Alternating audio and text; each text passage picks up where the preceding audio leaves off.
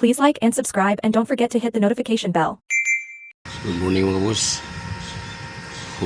Symbol ko ngayon ng mag-akob ng Parlins Trenches, si Parlins Trenches para sa Webember trusses to taas. Okay, start na.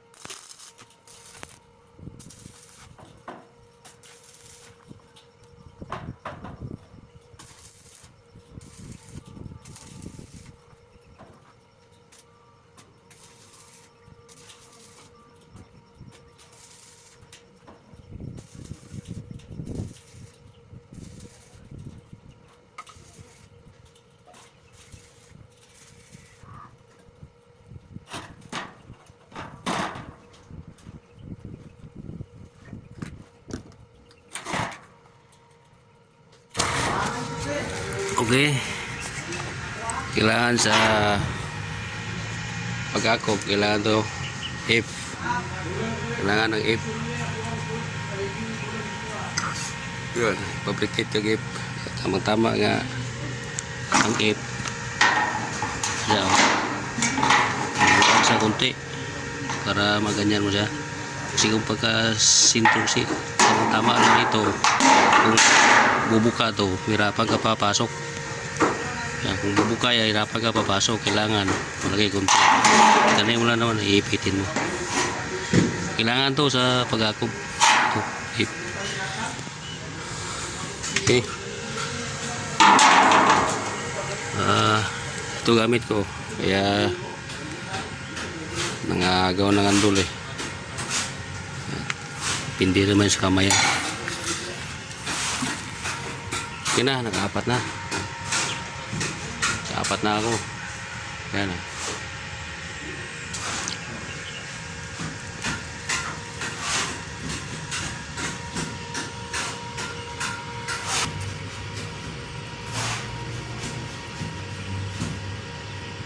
Okay, tumatakbo pa pala.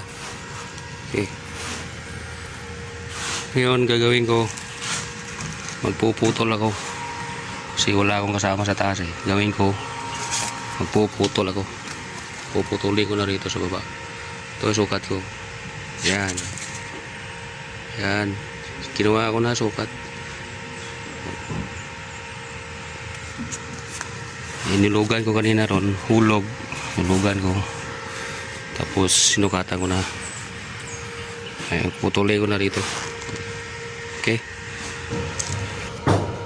Pagputol, kailangan ng eskwala. Kailangan yan. Dahil hindi parehas. Diba? Kailangan yan. Parehas ang putol. Tapos may kailangan ng eskwala. May degree.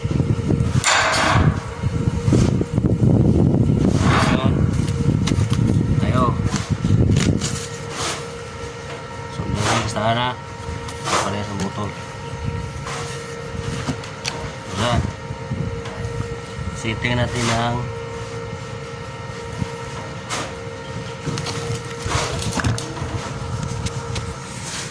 186 yung kanina. Ayan na. Setting natin ng 120 para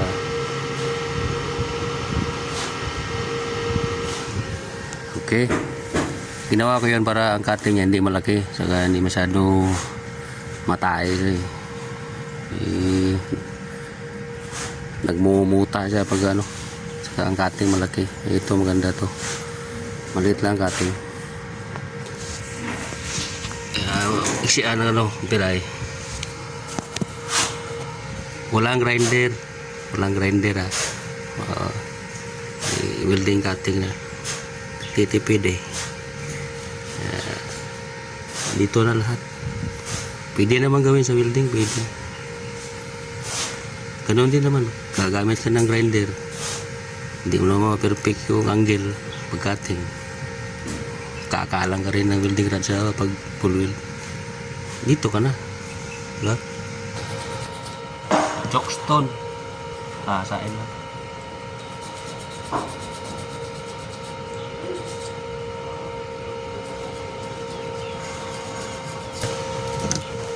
Ganda na kasaan o. Kasaan ang chokstone yan.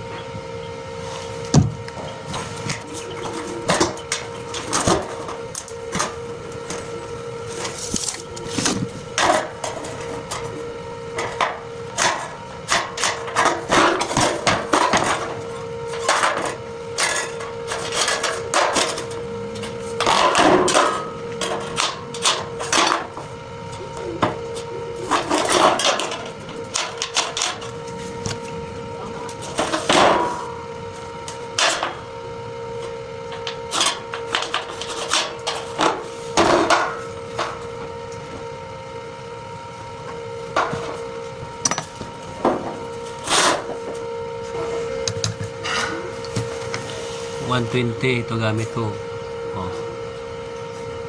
6011. 120 pagkating.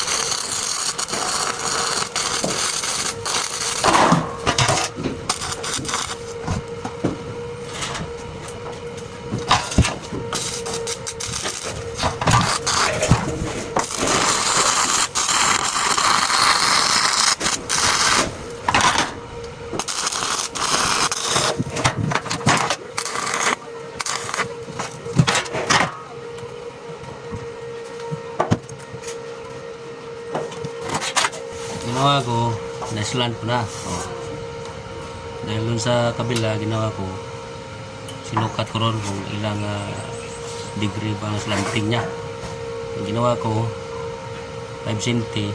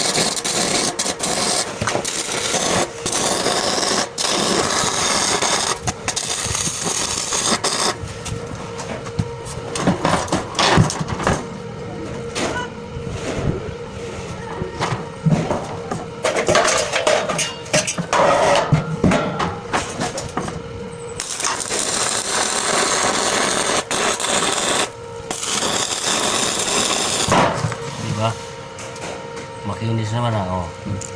Okay lang welding kating. Oh, lang tayo. Importante niya walang tayo sa labas. Okay lang.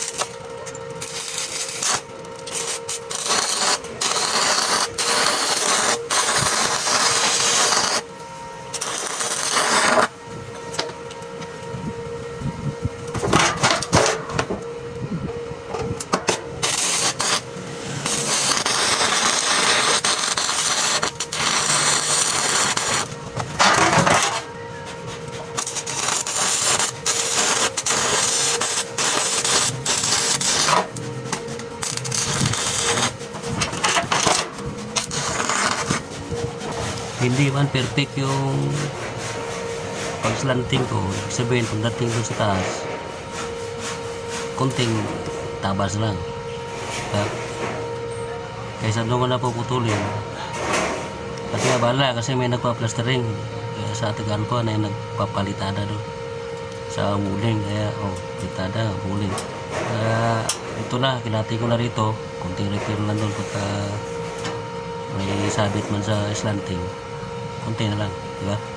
Iwas abala ito eh.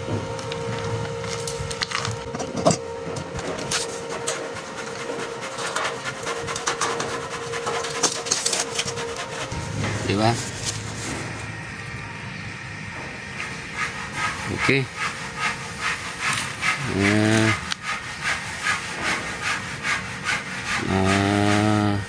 Pakita ko na.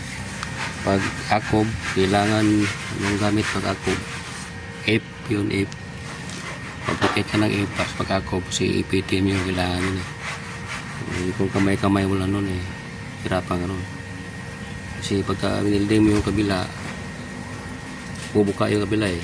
Maghiwalay yung dalawa. Kasi may pressure sa likod eh. Kaya kailangan may ape sa APTM mo yun bago mo wildingin. Saka kailangan kasi, saka yung kaakuban mo pantay, kasi pag hindi pantay maari yung isa hindi magano eh, bababa yung isa sa taas. Pagdating pipilitin mo kasi gano'n yun, pipilipit yung parlens. Okay lang sa maiksi, ang problema kung katulad yan pataas, gamitin mo yung mahaba na ako, pipilipit, hirapan ka paglagay, hindi sa straight. Kaya kailangan din yung pantay yung pag-aakuban para parehas, hindi mo pipilipit yung parlens. Okay na, sunod doon na tayo sa taas. Kapit tayo na wave. Okay na yung cutting.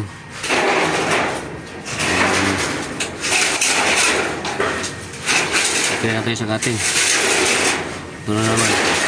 Marami pa ito kasi ito ang dami apat listahan ko. Kung hindi ito mamaya, patuloy natin itong video pagdating na sa taas. Okay, mas maganda kasi rito walang abala pag-cutting doon kasi maraming tao ron, ay nag-plitada ron sa taas, sagabal tayo ron. Saka isa rin, maabala rin tayo, hindi na sila. Ayan. Para tuloy-tuloy ang trabaho. Okay? Sige. Trabaho na ako. Salamat kayo. Thank you.